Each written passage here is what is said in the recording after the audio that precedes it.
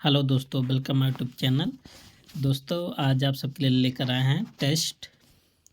तो इसमें उत्तर प्रदेश की जितनी भी योजनाएं हैं, मतलब इम्पोर्टेंट योजनाएं हैं, बहुत अच्छे लेवल के इसमें कवर किया गया है। तो आप सब पूरे वीडियो में बने रहें। और इस योजनाएं में 2-3 इसमें नीतियां भी शामिल किया गया, क्योंकि देखा गया जो पीछे पेपर हो रहा है, नीतियों से भी पेपर में आ रहा क्वेश्चन। ठीक, तो देखते हैं। छोटा सा टेस्ट है, आप सब अटेंड कीजिए। है तो छोटा सा, लेकिन बहुत शानदार, बहुत जानदार टेस्ट है। तो इसके बाद भी आप सबको जो योजनाएं का जो टेस्ट मिलेगा, उसमें हम सोच रहे हैं यूपी जी के कंप्यूटर का भी ऐड कर दें। ठीक, 3 टॉपिक रहेगा। एक तो पंचायती राज व्यवस्था का टेस्ट तो अलग चल ही रहा है, उसको तो देंगे आप सबको। एक और लेकर आएंगे, कल से स्टार्ट करेंगे उसको, जिसमें यूपी जी के कवर होगा और कंप्यूटर कवर होगा, और योजना यूपी जी के और केंद्र सरकार की, ज़्यादातर यूपी जी की रहेगी। ठीक है, तो देखिए आप सब भी लेवल का क्या है लेवल इसमें। उसके बाद आप सब खुद ही डिसाइड कीजिए, अच्छा लेवल की खराब लेवल है। और हमारे समझ से जिस हिसाब से आजकल यूपी त्रिपल पेपर में पूछ रहा है ना, उस हिसाब से तो लेवल तो अच्छा ही होगा। तो पहला क्वेश्चन क्या है, उत्तर प्रदेश कामगार एवं श्रमिक आयोग के विषय में कौन सा कथन गलत है। कौन से आयोग के बारे में पूछ रहा है, श्रमिक आयोग। तो देखिए, आपको गलत की पहचान करना है। जो करना है पहले उसको आप विशेष रूप से देख लीजिए क्या करना है। तो सबसे पहले इसका गठन 16 जून 2020 को किया गया। क्या बात सही है? जो श्रमिक आयोग है उत्तर प्रदेश का, इसका गठन 2020 में किया गया। बिल्कुल सही है। तो उत्तर प्रदेश जो श्रमिक कामगार एवं श्रमिक का जो आयोग है ना, इसका गठन 16 जून 2020 को किया गया। ठीक, दूसरा क्या है, इसका अध्यक्ष श्रम विकास के मंत्री होते हैं। क्या बात सही है? आप बताइए। आयोग के राज्य स्तरीय बोर्ड की अध्यक्षता औद्योगिक विकास आयुक्त करेंगे। इसके संयोजक श्रम योजना मंत्री होंगे। तो कौन सा ऑप्शन आपका सही? ई तो आपका होता है, यूपी प्लस से एक जोड़ दिया है, इनमें से कोई नहीं। तो आपको बहुत सतर्क रहना है। ठीक, तो इसका आंसर क्या होगा, सबसे बड़ी बात यही है। तो बहुत लोग को तो आ रहा है, बहुत जिसको नहीं आ रहा है और ध्यान से सुने आप सब। ठीक, बाकी आप सबको भी याद हो जाएगा। तो उत्तर प्रदेश कामगार श्रमिक आयोग की स्थापना 16 जून 2020 को हुआ था। But done, important. दूसरा क्या बात है, इसका जो अध्यक्ष होता है ना, वो मुख्यमंत्री होता है, इसलिए योजना बहुत इम्पोर्टेंट है। अब बताइए, जिस योजना का अध्यक्ष मुख्यमंत्री हो, तो जान लीजिए योजना कितना बड़ा इम्पोर्टेंट है। ठीक, तो श्रम मंत्री नहीं होगा, बल्कि क्या होगा, मुख्यमंत्री होगा। फिर तीसरा ऑप्शन क्या कर, आयोग के जो राज्य स्तरीय जो बोर्ड की अध्यक्षता होगा ना, वो औद्योगिक विकास आयुक्त करेगा, राज्य स्तरीय। ये भी पॉइंट है। और जो चौथा ऑप्शन है, इसके जो संयोजक होगा वो श्रम विभाग का मंत्री होगा, श्रम योजना का मंत्री संयोजक होगा, ना कि अध्यक्ष होगा। तो आशा करते हैं आप सबको पहला क्वेश्चन ही समझ में आया होगा। तो यदि समझ में आया होगा तो आप सब वीडियो को ज़रूर शेयर करें और सपोर्ट दिल से करें। ठीक, नेक्स्ट क्वेश्चन पर चलते हैं। आपका टाइम एकदम बिल्कुल वेस्ट नहीं करेंगे, एक एक टाइम का आपका मतलब कवर करेंगे। आप सब भी देखते होंगे, यूट्यूब पर देखते होंगे, 1 घंटे में 10-15 क्वेश्चन 20 क्वेश्चन करवाते हैं ना। हमारे वीडियो में देखिए बहुत सारा क्वेश्चन कवर हो जाता है, और अच्छे लेवल का। बट उन सब की बात कहाँ हम, कहाँ वो सब बहुत बड़े लोग हैं। दूसरा क्वेश्चन क्या कह रहा है, बाबा साहेब अम्बेडकर रोजगार प्रोत्साहन योजना के बारे में गलत असत्य कथन चुनिए। तो जो बाबा साहेब अम्बेडकर रोजगार प्रोत्साहन योजना है ना, इसके बारे में गलत असत्य मतलब जो सत्य नहीं है, जो सत्य नहीं वो क्या होगा, गलत होगा। तो गलत को आपको चुनना है। इसका पूर्व नाम इसका पूर्व नाम अम्बेडकर विशेष रोजगार योजना था। बिल्कुल बात सही है। तो इसका पूरा नाम क्या था? अंबेडकर विशेष रोजगार योजना था। ठीक। दूसरा क्या है? इस योजना की मंजूरी 11 नवंबर 2019 को मिली। बिल्कुल सही है। तो बाबा साहेब अम्बेडकर विशेष रोजगार योजना की जो मंजूरी मिला था 11 नवंबर 2019 को, तो ये भी सही है।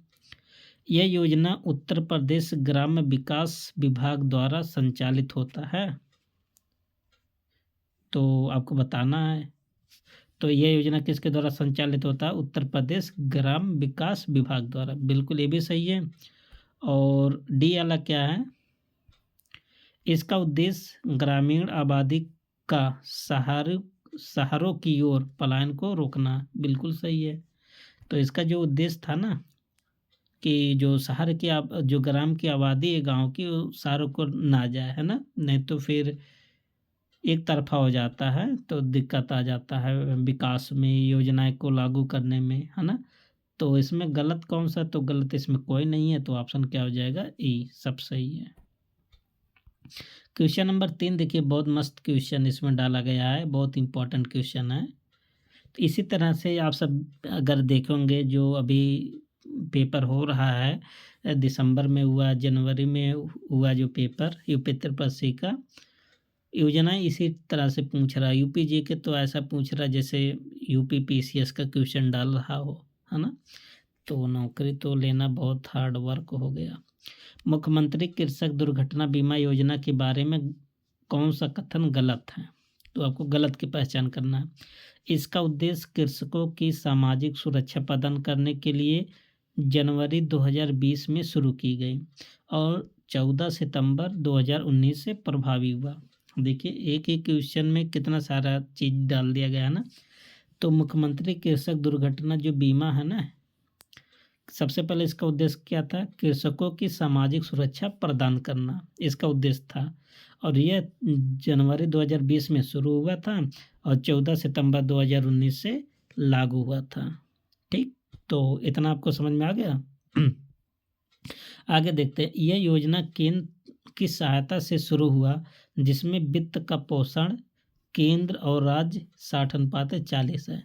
देखिए बात एकदम गलत है। ठीक, जो मुख्यमंत्री कृषक जो दुर्घटना बीमा योजना है ना, इसमें 100% राज्य सरकार का है, इसमें केंद्र सरकार से कोई लेना देना नहीं है। तो इसमें गलत कौन सा होगा? बी। अगर बी गलत होगा बाकी तो सब सही होगा। देख लेते हैं ऑप्शन बी। सी वाला क्या है? इसमें दुर्घटना या मृत्यु होने पर अधिकतम 5 लाख रुपया मिलेगा। बिल्कुल सही है। लाभार्थी का उम्र सीमा इसमें 18 से 70 वर्ष होनी चाहिए, भी सही है। तो गलत कौन सा था?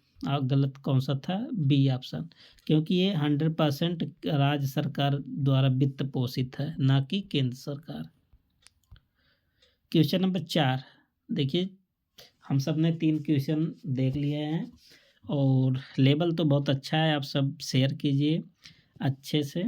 ठीक, और इसी तरह से आप सबको कंप्यूटर यूपी जी के कवर करवाएंगे, कल से वो भी वीडियो आने लगेगा।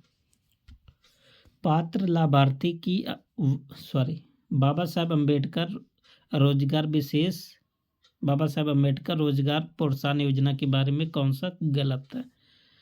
तो दोस्तों इसमें जो है ना योजनाएं को कवर कर लिया गया कि योजना है उस क्वेश्चन के माध्यम से पूरा कवर हो जाए, ताकि आपका एक भी क्वेश्चन छूटे ना।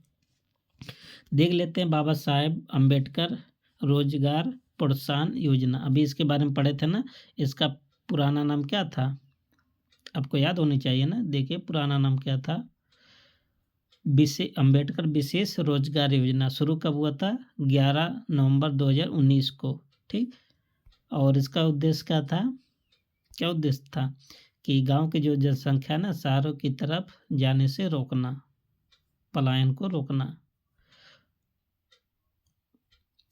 देखिए बाबा साहेब अम्बेडकर रोजगार प्रोत्साहन योजना के बारे में आपको गलत बताना है। ठीक, पहले आप टिक लगा लीजिए कि गलत बताना है। पात्र लाभार्थी की वार्षिक आय 2 लाख रुपए है, होना चाहिए, आपको बताना है। लाभार्थी की आयु सीमा 18 से 70 वर्ष इसमें निर्धारित है। इसमें SC ST या दिव्यांग लोगों को 35% या 70,000 रुपया प्रति इकाई लागत अनुदान मिलेगा। अनुदान मतलब सब्सिडी मिलेगा, ठीक।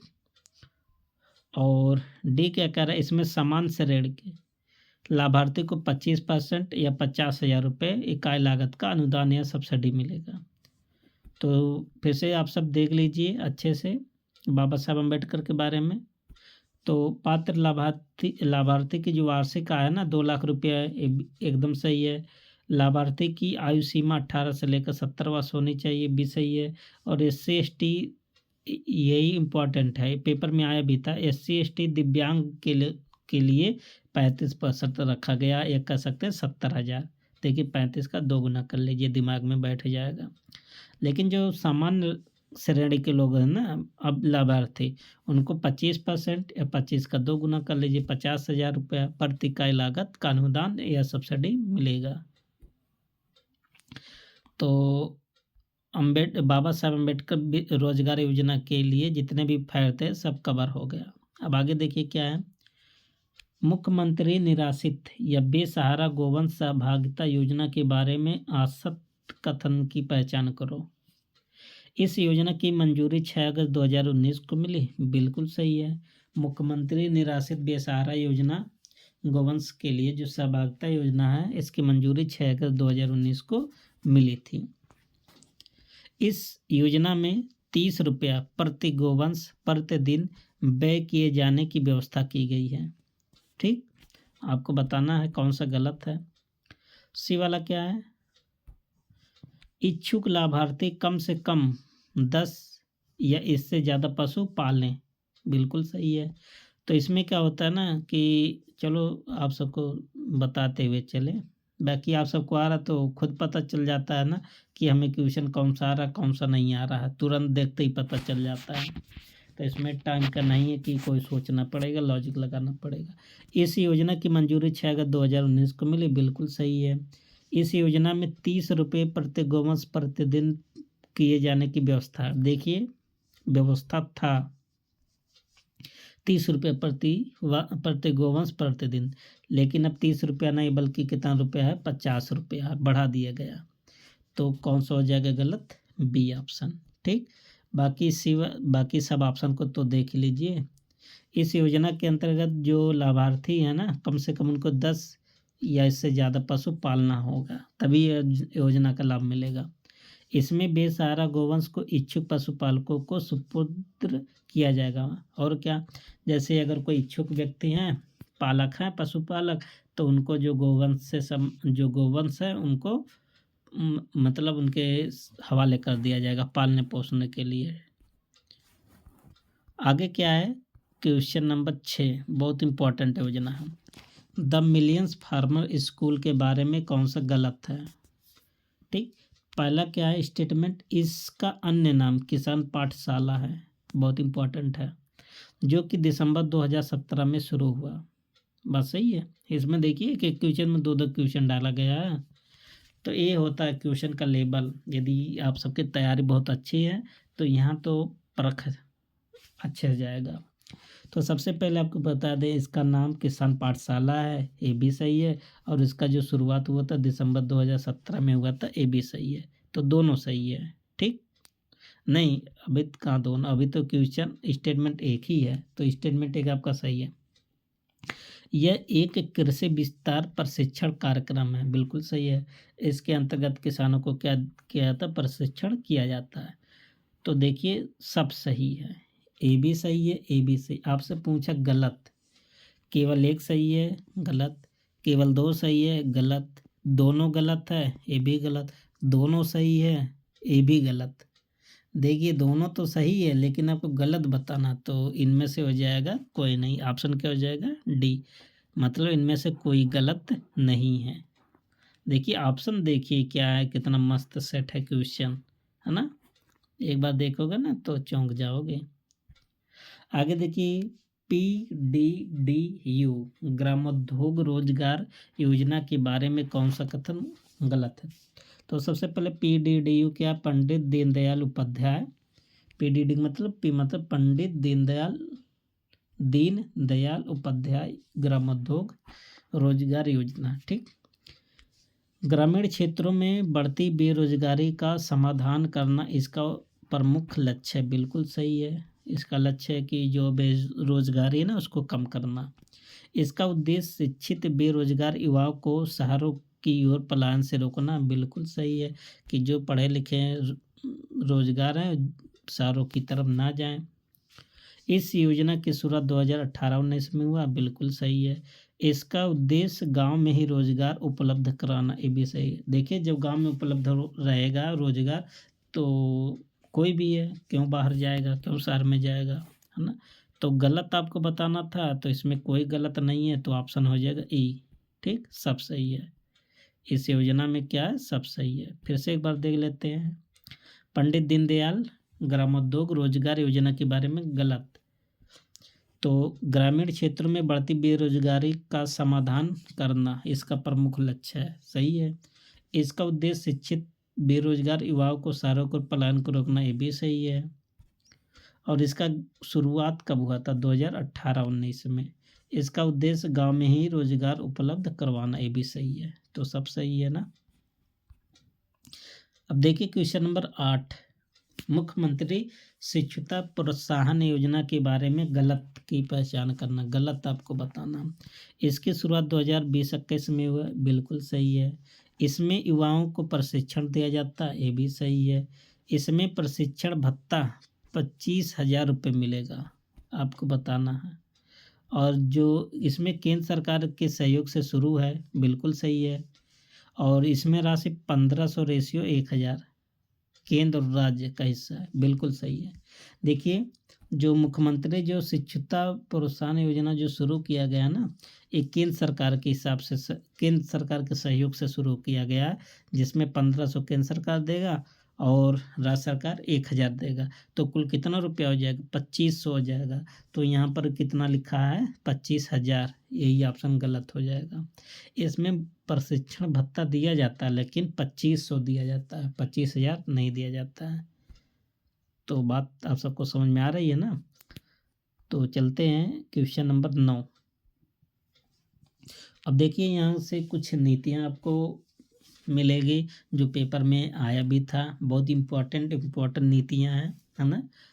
तो हर टेस्ट में 2-3 नीतियाँ डाल देंगे ताकि आप सबको आसानी से याद हो जाए।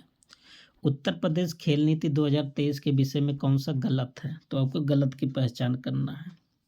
तो 10 मार्च 2023 को मंत्रिमंडल ने मंजूरी दिया।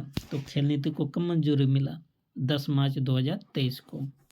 उत्तर प्रदेश की ये पहली खेल नीति है और इस नीति में ई स्पोर्ट को भी शामिल किया गया। बिल्कुल एकदम स्टेटमेंट सही है। जो खेल नीति 2023 है ना, उत्तर प्रदेश की पहली खेल नीति, इसीलिए बहुत इम्पोर्टेंट है। और सबसे बड़ा इम्पोर्टेंट है ना, तो भारत का पहला स्टेट है जो अपने खेल नीति में ई स्पोर्ट को शामिल किया गया। ई स्पोर्ट मतलब इलेक्ट्रॉनिक स्पोर्ट, जो ऑनलाइन गेम होता है ना। तो बहुत इम्पोर्टेंट है। बी वाला भी सही है। इस नीति के तहत राज्य खेल प्राधिकरण की स्थापना की जाएगी। बिल्कुल सही है। इस खेल नीति में बोला गया कि राज्य खेल प्राधिकरण की स्थापना किया जाएगा। इस नीति के तहत खिलाड़ियों को 3 श्रेणियों में वर्गीकृत किया जाएगा। जो ग्रास रूट स्तर के खिलाड़ी होंगे, विकासात्मक स्तर के खिलाड़ी होंगे और उच्च स्तर के खिलाड़ी होंगे। तो इसमें तो सब सही है। ए भी सही, ए भी सही, ए भी। तो इसमें कोई गलत नहीं है। तो ऑप्शन हो जाएगा ई, इनमें से कोई नहीं। क्वेश्चन नंबर 10 देखिए, अगला नीति क्या है। उत्तर प्रदेश फिल्म नीति 2023 के विषय में गलत की पहचान करना। फिल्म नीति, ठीक, ये फिल्म नीति भी इम्पोर्टेंट नीति है। इसको कब मंजूरी मिला, फरवरी 2023 में सरकार द्वारा इस नीति को मंजूरी मिला। बिल्कुल सही है। तो खेल नीति को मंजूरी कब मिला, फरवरी 2023 में।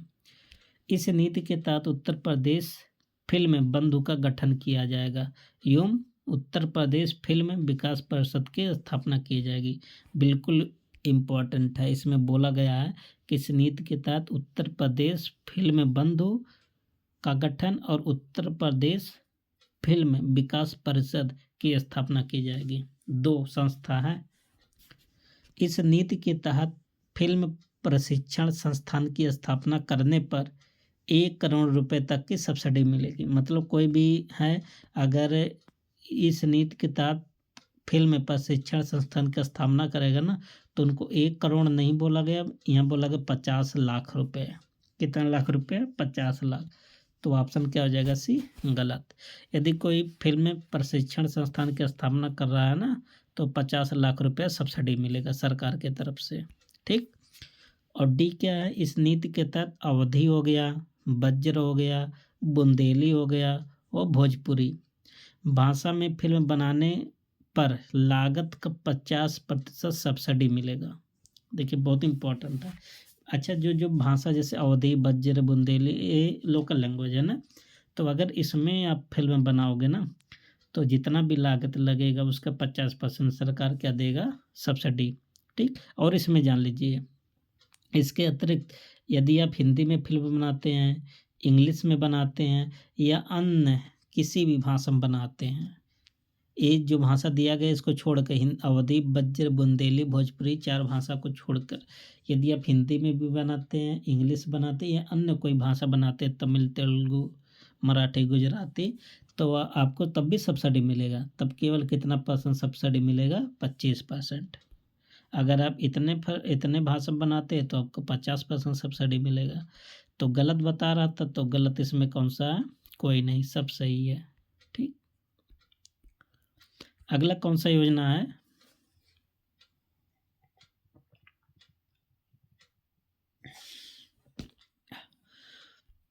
आगे क्या है? उत्तर प्रदेश सौर ऊर्जा नीति 2022। सबसे पहले यही पूछा जाता है कि कब आया था ना, तो सौर ऊर्जा नीति कब आया था? 2022 में।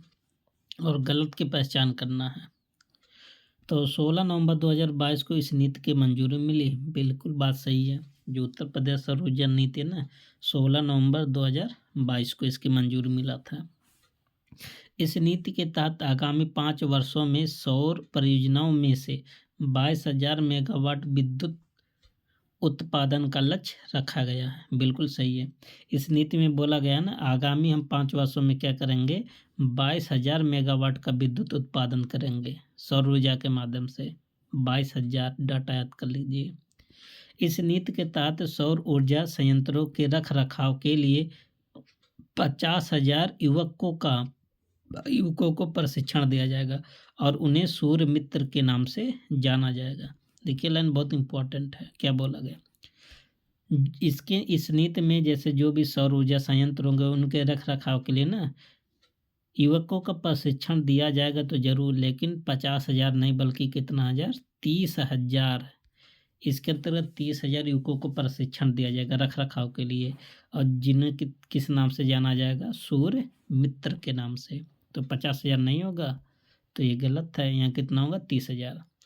इस नीति के तहत अयोध्या शहर को मॉडल सिटी के रूप में विकसित किया जाएगा। बिल्कुल सही है। तथा साथ ही 16 नगर निगमों और नोएडा को भी 16 सिटी बनाया जाएगा।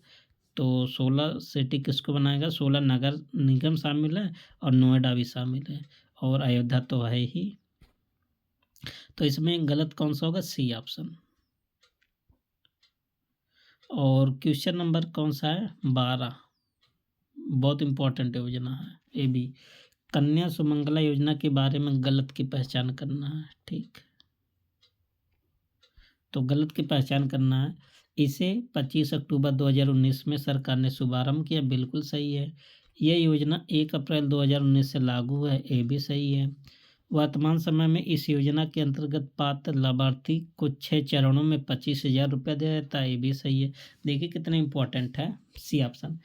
सबसे पहले जो लाभार्थी को जो पैसा मिलेगा ना 6 चरणों में मिलेगा, वो भी कितना हजार? 25,000। तो कभी कभी चरण पूछ लेता कितने चरण में। इस योजना के तहत लाभार्थी की परिवार की अधिकतम 2 बच्चियों को दिया जाएगा जिसके परिवार की वार्षिक आय 2.5 लाख रुपए हो। तो कौन सा इसमें सही है बताइए? तो देखिए यहाँ तक तो सब सही था ना 6 चौड़ों में 25 है। इस योजना का जो लाभ है ना, किसी भी परिवार के अधिकतम 2 बच्चों को मिलेगा। बात तो सही है, 2 बच्चों को मिलेगा, लेकिन क्या? मान लेते हैं पहला बच्ची क्या हो, पहला लड़की हो, ठीक। फिर क्या हो, 2 जुड़वा पैदा हो गए और दोनों जुड़वा भी क्या हो, लड़की ही हो। तब कितने लड़की हो गए, 1 2 3। अब इस कंडीशन में ना तीनों बच्चियों को मिलेगा, ठीक। तीनों बच्चियों को क्या मिलेगा, पैसा मिलेगा। और इनके जो परिवार के जो वार्षिक आय है,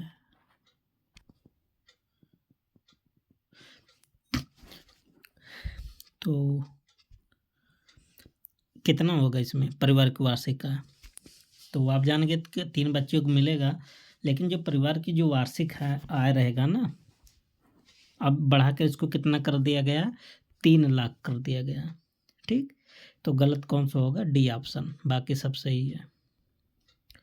क्वेश्चन नंबर 13 क्या कह रहा है, नंदनी कृषक समृद्धि योजना के बारे में गलत बताना। इस योजना को नंद बाबा मिशन के हिस्से के रूप में सितंबर 2023 में शुरू किया गया, बिल्कुल सही है। तो नंदनी जो कृषक समृद्धि योजना है ना, नंद बाबा का हिस्सा है। इस योजना के तहत सब्सिडी 3 चरणों में दी जाएगी, ठीक। कितने चरण में, 3।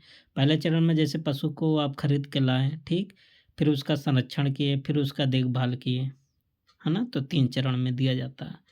पहले चरण में यह योजना प्रदेश के 10 मंडल के मुख्यालयों में लागू की जाएगी, बिल्कुल सही है। पहले चरण में 10 मंडलों के मुख्यालयों में इस योजना को लागू किया जाएगा। अगला क्या, इसमें पहले चरण में सरकार 25 दुधारू गायों की 35 इकाइयाँ स्थापित करेगी, बिल्कुल सही है ये भी। तो ऑप्शन क्या हो जाएगा, डी, स्वर ई। इसमें आपसे पूछा था कौन सा गलत है, तो इसमें से कोई गलत नहीं, सब सही है। तो डाटा याद होना चाहिए, जैसे 25 गाय की 35 इकाइयाँ लगाया जाएगा। कितने चरण में सब्सिडी मिलेगा, 3 चरण में। और शुरू कब हुआ था, सितंबर 2023 में। किसका हिस्सा है, नंद बाबा मिशन का। ऐसे याद करेंगे तो भूलेगा नहीं। प्रधानमंत्री विश्वकर्मा योजना के विषय में देखिए, केंद्र सरकार की योजना है, जो कि इम्पोर्टेंट योजना, भी नया योजना है। तो मोदी सरकार ने क्या कहते हैं, 17 सितंबर 2023 को इस योजना को दिल्ली में लॉन्च किए थे, ठीक। अच्छा, इस दिन क्या था, विश्वकर्मा जी का जन्मदिन था ना, विश्वकर्मा जयंती था 17 सितंबर को। कहाँ पर लॉन्च किए थे, दिल्ली में। कौन लॉन्च किए थे, मोदी साहब ने। आगे क्या है, तो पहला तो आपका ऑप्शन सही है, आपको गलत पहचान करना था। इस योजना में केंद्र और राज्य का वित्त पोषण 60:40 है। क्या बात सही है। तो ये जो योजना है, इस योजना में, प्रधानमंत्री विश्वकर्मा योजना में 100% केंद्र प्रायोजित योजना है, तो इसमें राज्य का कोई लेना देना नहीं है। तो ये हो जाएगा ऑप्शन बी गलत, ठीक। क्यों गलत है, क्योंकि इसमें वित्त का पोषण दिया था राज्य के साथ, जबकि इसमें 100% केंद्र सरकार की योजना है। इस योजना के अंतर्गत एमएसएमई मंत्रालय को नोडल मंत्रालय बनाया गया, बिल्कुल सही है। तो इस योजना में नोडल मंत्रालय कौन है, एमएसएमई मंत्रालय। इसका टैग लाइन क्या, बहुत इंपॉर्टेंट है, सम्मान सामर्थ्य समृद्धि। किसका, प्रधानमंत्री विश्वकर्मा योजना का। तो इसका ऑप्शन क्या हो जाएगा, करेक्ट ऑप्शन बी। यही गलत है, क्योंकि वित्त इसमें 100% है केंद्र का। क्वेश्चन नंबर 15 क्या है, स्वच्छ भारत मिशन से, जो आपके टॉपिक में साफ साफ लिखा हुआ है, स्वच्छ भारत मिशन ग्रामीण के बारे में कौन सा गलत है। यह दुनिया का सबसे बड़ा व्यवहार परिवर्तन कार्यक्रम है, बिल्कुल सही है। इसके लिए पंचायती राज विभाग को नोडल विभाग बनाया गया, बिल्कुल सही है। पंचायती राज विभाग कौन सा विभाग बना है, नोडल विभाग। इसके अंतर्गत व्यक्तिगत शौचालय के निर्माण के लिए 12,000 रुपये दिया जाता है, बिल्कुल सही है। 12,000 रुपये दिया जाता है शौचालय बनवाने के लिए। चरण 2.0 में, चरण 2.0 का मतलब स्वच्छ भारत मिशन ग्रामीण 2.0, ठीक। अब इसमें क्या है, कितना रुपया, तो 1,40,881 रुपया करोड़ अनुमानित व्यय होगा इसमें, ठीक। यह चरण 4PS पर आधारित है। किस पर आधारित है? 4PS। और 4PS को ही सफलता का श्रेय माना जाता है। बहुत इम्पोर्टेंट 4PS है ना, जिसमें पब्लिक पार्टनरशिप ये सब आता है। तो इसमें तो कोई गलत नहीं है, इसमें तो सब सही है। तो ऑप्शन क्या हो जाएगा? ई, क्योंकि सब सही है। 16 क्वेश्चन क्या कह रहा है? उत्तर प्रदेश मुख्यमंत्री बाल सेवा योजना के बारे में कौन सा गलत है? यहाँ देखिए गलत। बाल सेवा योजना कोरोना काल में लाया गया था ना, इसका घोषणा सरकार द्वारा 29 मई 2021 में की गई। बहुत इम्पोर्टेंट है। कब किया गया? 29 मई 2021 को। इस योजना का लाभ केवल प्रदेश के मूल निवासी को ही मिलेगा। देखिए जहाँ केवल ओवल आ जाए ना, वहाँ बहुत बारीकी से ध्यान देना है। वैसे भी बारीकी ध्यान देना, हर समय केवल गलत नहीं होता, कभी कभी सही भी हो जाता है, जैसे इसमें। तो यह योजना केवल प्रदेश के मूल निवासियों के लिए है। भाई अगर कोई राज्य सरकार योजना चालू करा ना, तो अपने राज्य को ही देगा, उसको तो इतना पैसा है तो नहीं कि किसी दूसरे राज्य को दे, है ना। तो यहाँ ये केवल सही है, ठीक है। ऐसा नहीं केवल देकर आप इसको गलत कर दीजिए। ये बात सही है, ये भी सही। इस योजना के तहत बच्चे के अभिभावक या देखभाल कार्यकर्ता को प्रतिमाह 5,000 रुपये की वित्तीय सहायता दी जाती है। जैसे कोरोना काल में जिस बच्चे के माता पिता या गार्जियन मर गए थे ना, तो उनको, जो बच्चे को पाल रहे हैं, अब उनको 5,000 रुपया नहीं बल्कि 4,000 रुपये प्रतिमाह वित्तीय सहायता दी जाती है। ठीक, तो गलत कौन सा हो गया? सी, क्योंकि सी में बताया 5,000। और डी वाला क्या है? पात्र लाभार्थी की वार्षिक आय 3 लाख रुपया है। ठीक, ये भी सही है। पहले इसमें कम था, अब इसको बढ़ा दिया गया।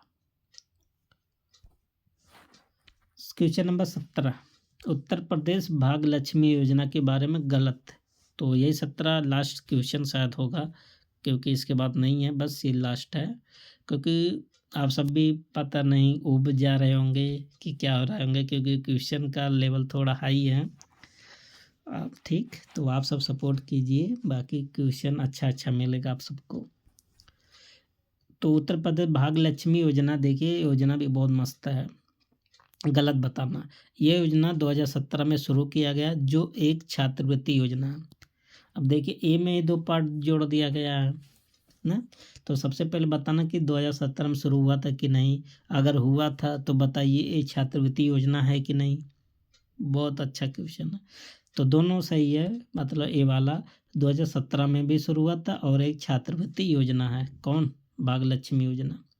बेटी के जन्म होने पर 50,000 रुपया मिलता है आर्थिक सहायता। बिल्कुल सही है। सरकार द्वारा प्रदान की जाती है। बेटी की माँ को 5100 रुपया दिया जाता है। बी वाला भी सही है। मतलब जब बेटी पैदा होगी तो उसको 50,000 रुपये का बॉन्ड दिया जाता है और उसकी माँ को 51 रुपये की सहायता दिया जाता है। ठीक।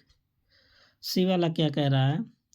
लड़की की 21 वर्ष की आयु पूरी होने पर उसके लड़की के जो माता पिता होंगे ना, 2 लाख रुपया मिलेगा शादी उदी करने के लिए। ठीक। और देखिए जो बहुत इम्पोर्टेंट है कि जब लड़की कक्षा 6 में जाएगी तो 3,000, जब 8 में जाएगी तो 5,000, जब 10 में जाएगी तो 7,000, जब 12 में जाएगी तो 8,000 रुपया मिलेगा। बिल्कुल सही है। तो सब सही है, तो यहाँ पर ऑप्शन कौन सा हो जाएगा? ई। ठीक। तो दोस्तों आप सब देख सकते हैं कि क्वेश्चन बहुत अच्छा क्वेश्चन है ना। लेवल देखिए, अब कल से जो टेस्ट आएगा ना, उसमें यूपी जीके का भी रहेगा और कंप्यूटर रहेगा और ऐसे योजना भी रहेगा, जिसमें कुछ नीतियाँ भी रहेंगी, है ना, और करंट अफेयर भी उसमें ऐड भी रहेंगे। तो कुल मिला के जिस हिसाब से देखा जा रहा है यूपी ट्रिपल सी का लेवल, उसी हिसाब से सेट किया जा रहा है। ठीक। अब मिलते हैं नेक्स्ट वीडियो में, तब तक के लिए take care, best of luck, thank you.